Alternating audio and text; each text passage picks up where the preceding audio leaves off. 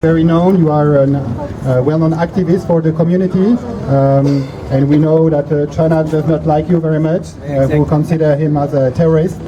Recently he was also asked to leave the Geneva UN buildings after China pressure against him. So this is a good reason to invite you certainly and highlight what you do, the good work, and I would like to give you the floor to address also a few messages. Thank you. Thank you. Assalamu alaikum, aziz vatandaşlar, aramızın Allah'ı mübarek. Good morning, my Tibetan brother and sister and the NGO representative. I'm very pleased to welcome you all. I would like to extend my gratitude to you all for your attending join the protest to condemn Li Keqiang and the Chinese government repressive policy in East Turkestan and Tibet. It is ongoing brutal crackdown on the Uyghur and the Tibetans. Here today, so many Uyghurs and Tibetan human rights defenders to join hand together in our struggle for our common destiny for freedom, human rights and democracy. Only when we all come together to fight against the Chinese government and the powers of darkness in Beijing, then there shall be freedom, human rights for Uyghurs, Tibet, and as well as Chinese people.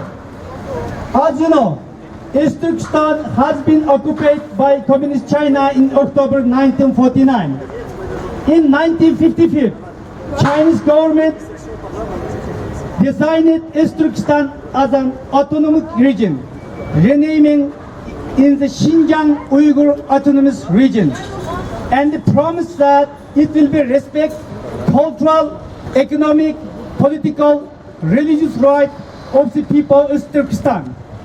Under this term, Chinese government also promised to respect Uyghur right of self-determination as well.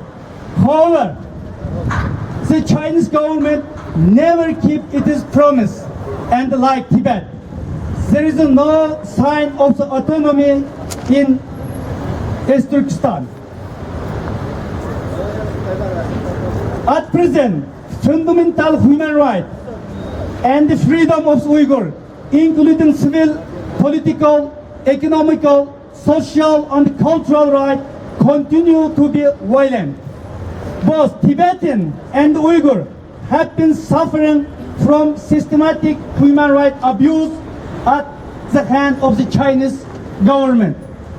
It was easy for China to label Uyghur as a terrorist because Uyghur happen to be Muslims.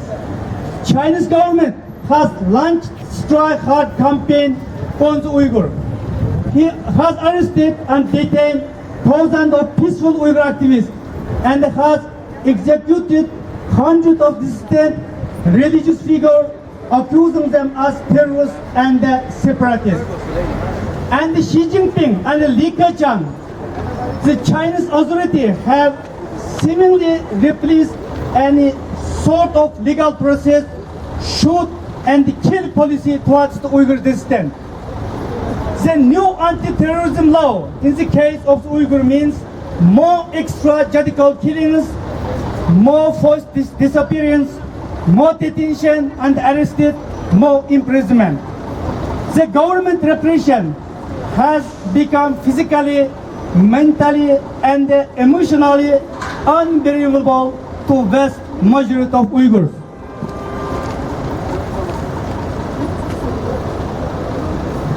It is a Ramadan time now for the whole Muslim world, but millions of the Uyghurs will be prevented from the fasting this month because of the Chinese government restriction.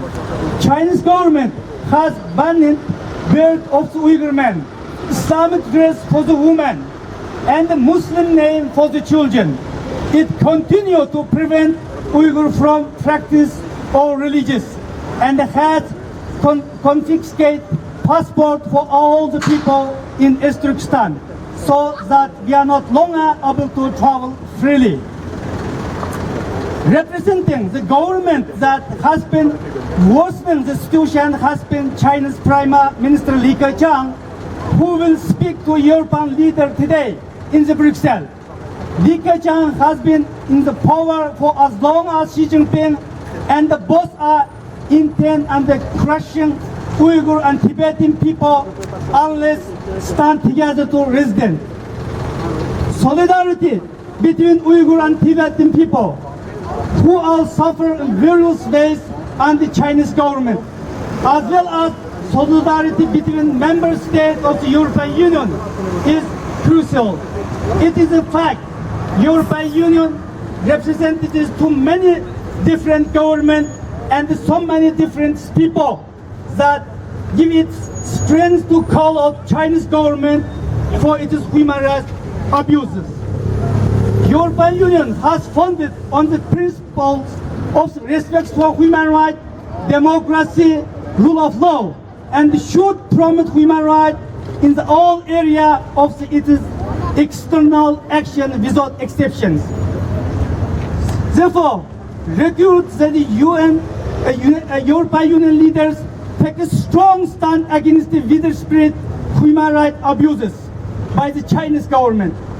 Business interests and the politics should never stand over human rights for the million people on ground in China. We are therefore calling European Union and the member of the European Parliament to stand up and raise the issue with the Chinese government during legitimate dialogue between the parties.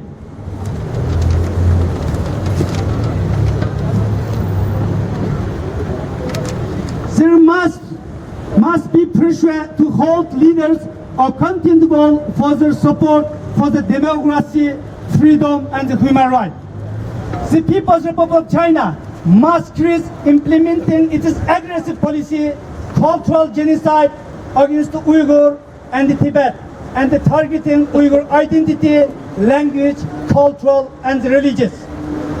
China should allow European Parliament member to visit in Turkestan and Tibet.